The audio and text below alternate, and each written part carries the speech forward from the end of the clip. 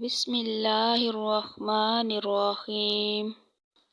السلام علیکم ورحمۃ اللہ وبرکاتہ۔ غسل کے کتنے فرائض ہیں اور غسل کا مسنون طریقہ کیا ہے؟ آج میں غسل کے فرائض بھی بتاؤں گی اور حدیث کی روشنی میں غسل کا مسنون طریقہ بھی بتاؤں گی۔ تو اگر ابھی تک آپ نے میرے چینل کو سبسکرائب نہیں کیا تو جلدی سے سبسکرائب کر دیں۔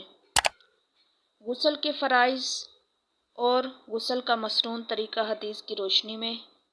غسل کے 3 فرائض ہیں۔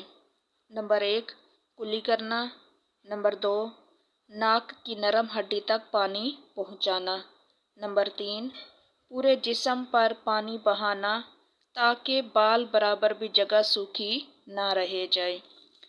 غسل کا مسنون طریقہ حدیث کی روشنی میں یہ ہے کہ حضرت ام المومنین حضرت عائشہ رضی اللہ عنہا سے روایت ہے، آپ صلی اللہ علیہ وآلہ وسلم جب غسل فرماتے تو پہلے اپنے دونوں ہاتھوں کو دھوتے، پھر شرمگاہ دھوتے، اس کے بعد نماز کے وضو کی طرح وضو فرماتے، اس کے بعد ہاتھوں کی انگلیوں سے سر کے بالوں کی جڑوں کو پانی سے تر کرتے، پھر 3 کپ پانی سر پر ڈالتے اور پھر سارے بدن پر پانی بہاتے، آخر میں 1 دفعہ پھر دونوں پاؤں دھوتے۔ تو یہ غسل کے فرائض تھے اور غسل کا مسنون طریقہ تھا جو میں نے ابھی آپ کے سامنے بیان کیا ہے۔